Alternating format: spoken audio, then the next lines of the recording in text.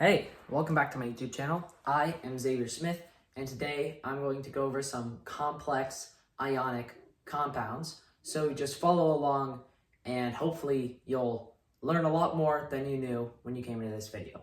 All right, so let's start with chromic bisulfate. If you know like some of your weird terms, which is like chromic, chromis, ferric, you'll know that chromic is Cr3+, so it has a charge of 3+.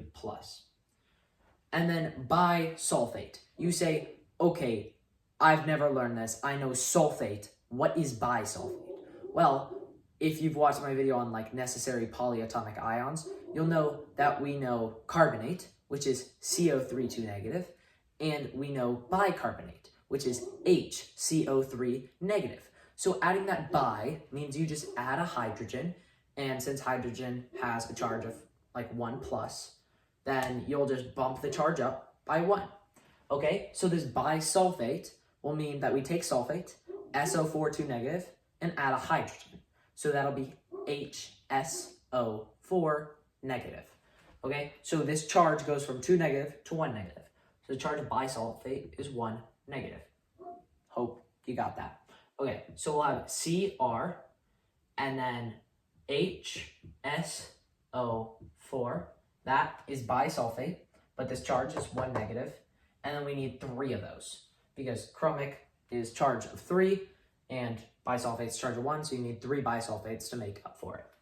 And then hydrogen iodide. All you're doing is, this is just a simple one.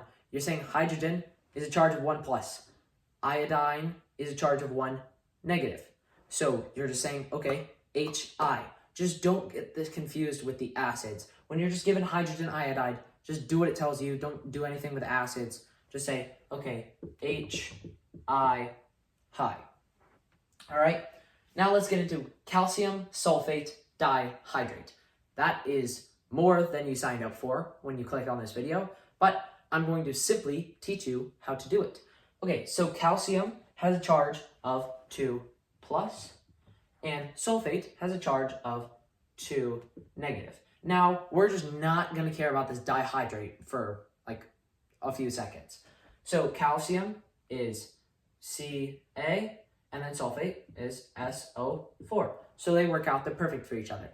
Now we have to deal with the dihydrate. Don't just end the problem here and leave it. It's wrong. So dihydrate, if you know our prefixes, di means 2, and then hydrate would mean like water.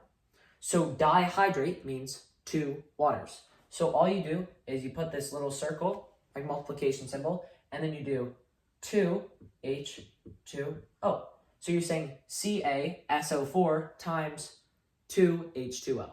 So calcium sulfate times dihydrate. Okay, then let's move on to another one. Chromic dihydrogen phosphate. Now, dihydrogen is not the same thing as dihydrate. Notice where the placements are. Dihydrate's at the end. Dihydrogen is in the middle. It's before like another term. And then also it's hydrate versus hydrogen. So just get those differences, lock them down in your mind because they mean totally different things. All right, so chromic, again, we know is 3+. So we can get that, but you're not going to go phosphate and say PO4 3 negative because you can't just not care about this dihydrogen. You have to add it. That is not a dihydrate. If it was a dihydrate, you can do that at the end. But dihydrogen, you have to work on. It's close to saying like bisulfate, how you add 1 hydrogen, but dihydrogen just means you're adding 2 hydrogens. Because bisulfate can also be written as hydrogen sulfate.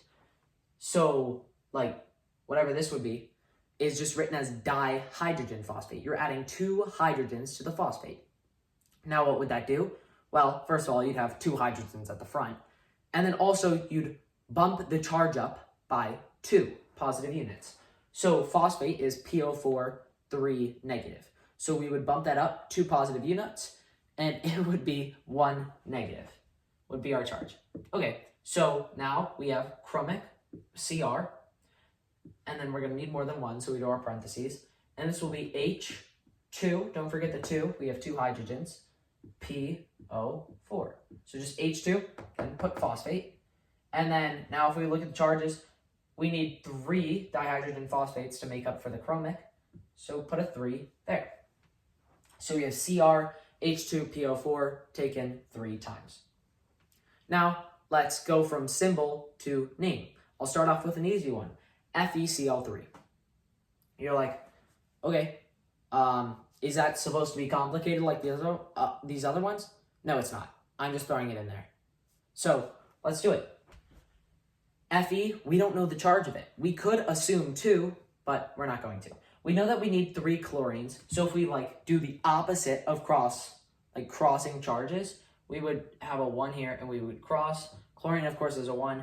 And then we cross this 3 over and say, okay, that is a 3. So we have iron, 3, and then chloride.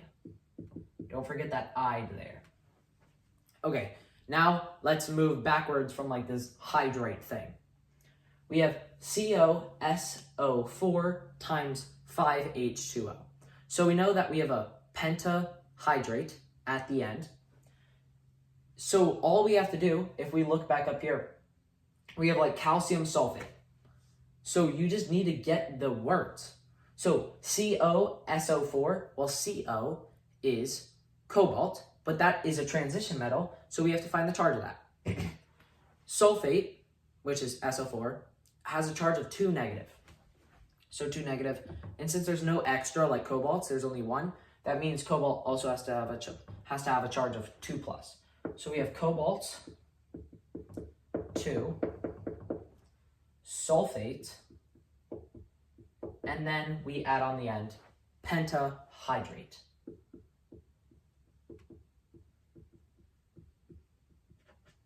Okay, now let's move to the next one. Na2CrO4 times 4H2O. Well, we don't have a transition metal, so we don't have to worry about sodium and the charge.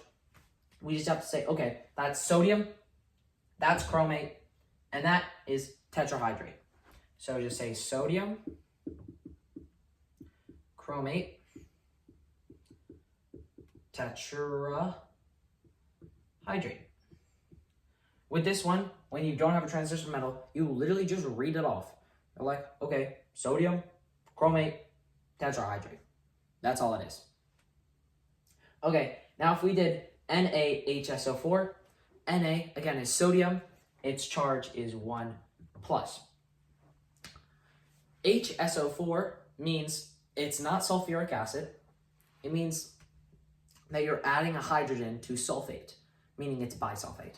So that's just taking the charge down by 1. So sulfate's usually SO4 2 negative. If you add 1 to the charge, you'll have 1 negative. So these are perfect for each other. You'll just say sodium bisulfate or hydrogen sulfate. Okay, last one is CuNH4PO4. You're like, okay, I have 2 metals. What can I do here? What you're going to do is you're going to add the charges of the 2 metals. The 2 of the same, you're going to add those charges and then just treat them as 1. So let's start with the one where we don't have 2 because we do have a transition metal there, which we're going to have to find at the end because we don't know the charge of it. So PO4 is 3 negative, phosphate's 3 negative. NH4 is ammonium, which is 1 plus. Now, to make both sides equal, the positive and the negative, copper has to have a charge of 2, 2 plus.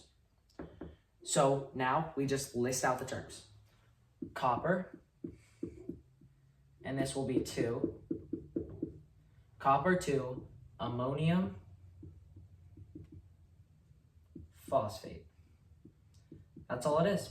You just name out the terms. So if you're going from this back to this, you're like, okay, you probably wouldn't be given this. You just say, okay, ammonium, NH4, phosphate, PO4, 3 negative, and then you'll know ammonium's 1 plus, and then you just have to find copper.